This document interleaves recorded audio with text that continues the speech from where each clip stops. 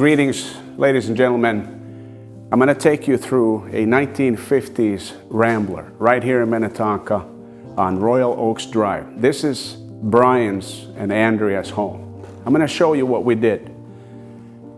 If you picture a 1950s Rambler, this is what we would call a front left kitchen, very compartmentalized. Right here where we have our fridge right now, that is where we had our dinette and 2 windows. And the kitchen was tiny.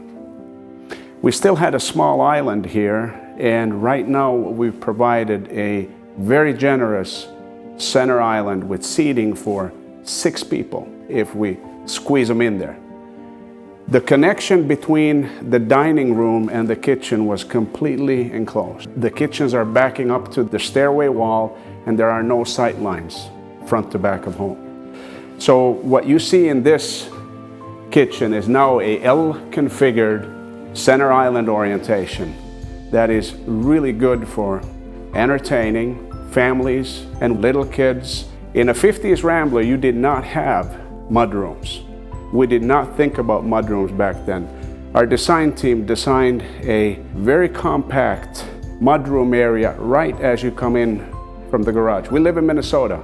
This is a mixed weather climate. We bring in a lot of grime, salt, sand during the winter months.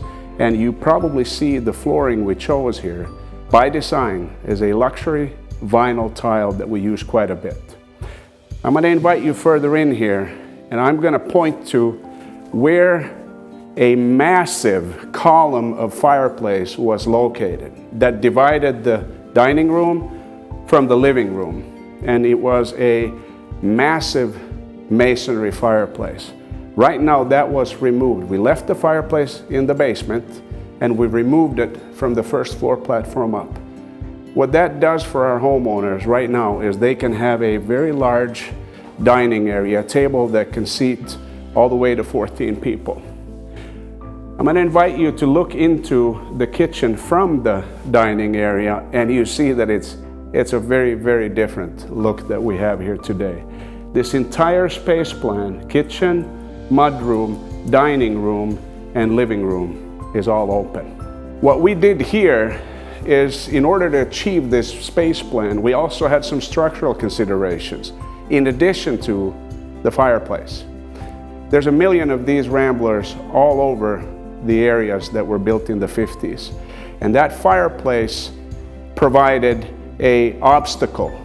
The second structural challenge is when we removed a bearing wall to allow this open floor plan. The back of the home shows a 8-foot patio door with flanking windows. This feature allows people to go out to the deck area and thereby creating an outdoor living room, which is really, really cool to have during the summer months here in Minnesota. A lot of times the hardwood floors, which are most of the time they're red oak, they're in decent condition. So rather than tear everything out, we can feather in new with old. This is a strategy that we use a lot in this vintage. We wanted to stay true to the 1950s look. So what we actually have is we have matched the existing clamshell ranch casing. So this home is a nod to the original architecture. I want to point to one thing that I'm very proud of our drywall team as well. Since we have this very typical traditional cove ceiling, when we remove walls, we run into some challenges. That means we have to replicate this cove. It looks like it was always there. A couple things about the kitchens in the 50s I want to show you here, because this space we did not change. The footprint's the same. The only thing we did around this wall that flanks the front entry is that we hang it back a little bit just to provide better sight lines. The point I'm trying to make about a 50s kitchen is that usually housed the dinette and the actual kitchen area, which meant that the kitchen cabinetry storage countertop area was usually somewhat underwhelming for what we're experiencing today. So I want you to picture the dinette area we took over, and we have a full bank of cabinetry up against the front of the house. So we have a massive fridge We have the sink, generally speaking, in the same location, but we moved the range to this location from here. Now, that means that we have the business side of the kitchen all pretty much on this side, and all the entertaining can happen outside. We start by eliminating what we call the dinette, and we expand the kitchen cabinetry to house that entire area, and that's how we create the kitchens that we want to live in today. A few other things just to highlight how much natural light we have in this area. And again, going back to how did we achieve that? We removed the massive 8-foot fireplace that divided the living room from the dining area. And it felt very crowded. So by small moves, many times we start a conversation with our homeowners, they're saying they would like to see a room addition.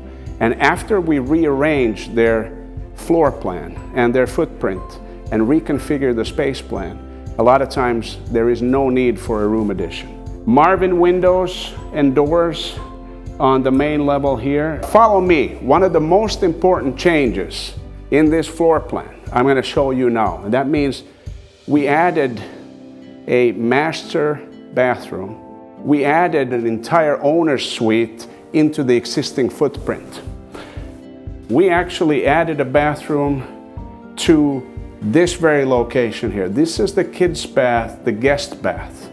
And what we did to achieve that, we eliminated hallway space, which was only there to provide access from point A to point B. And now we have minimized the amount of hallway space, and we brought in a new guest bathroom. It's a shower, a vanity, and a toilet, and we minimized the entire hallway area. I'm gonna have you come with me here, walk you into the owner's bedroom, and then walk you into the owner's bathroom. Brilliant space plan. We have a bidet in this bathroom. We also have a custom tile shower with a bench area. And a lot of times today, we take tubs out. We did the same thing in this project. We have 2 bathrooms here, and they do not have a tub. In this family, we have hockey players, karate people, and they live active lifestyles. A shower serves that much better. I want you to take a look at the detail around the tile work, the recessed niche, and the plumbing fixtures that we've selected here. A frameless shower door is also something we see a lot being requested today. Now, walking you back here into the kids' bath. We have a compact 3/4 bathroom, and we actually have a shower insert. As you see, this is a very cost-effective way to have a lot of storage for hair product, shampoo, soaps, and very effective way of utilizing this roughly 3x3 area for the shower. A little fun fact about this bathroom reconfiguration is, and we do this a lot when we upgrade systems. In this home, we took the water heater out and replaced it with a direct vent water heater. Why is that important? Well, that allows us to eliminate the flue. That means where the water heater atmospherically was venting through the roof, there was a flue that ran through the first floor through the attic. By eliminating that flue, we were able to capture more space in this tight environment where we had to fit another bathroom. Absolutely brilliant space plan, adding a bathroom where you did not have room for it. From a space plan perspective and sight lines, one of the more fundamental moves here, I want to point to our stairway. Now, a lot of people don't want a completely open concept kitchen where you fully remove walls. And in this case, when we're backing up against the stairway, this is a strategy we've used several times, very effective. One of these stairway walls was load bearing. So what that means is our design team, our production team have to accommodate point loads. This side of the stairway wall was load bearing, the other one was not. So sometimes we hear the questions on, well, can you do this if it's load bearing? The answer is yes. Pretty much anything and everything is possible. The question is, what's it going to take to get there? Our design team and our production team figured this out brilliantly and came up with a solution. We now have 2 window openings that connect the dining to the kitchen. I'm going to point to a few of the finishes that we have in the kitchen here. We have quartz countertops, which are right now, that's what we pretty much see the most.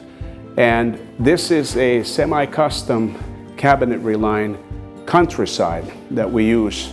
It's a really nice cabinetry line. A lot of room, and in this case we have contrasting upper cabinets and we have a stained darker lower cabinet. The kitchen sink that we have here is divided. So I have the disposal on one end and I have the drain on the other.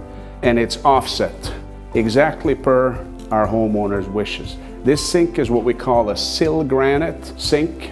It is a man-made material, extremely scratch resistant. Here again, our window package consists of Marvin, and you see 2 flanking double hungs and a picture window to bring all the light in. A 50s Rambler, reimagined, reconfigured by New Spaces.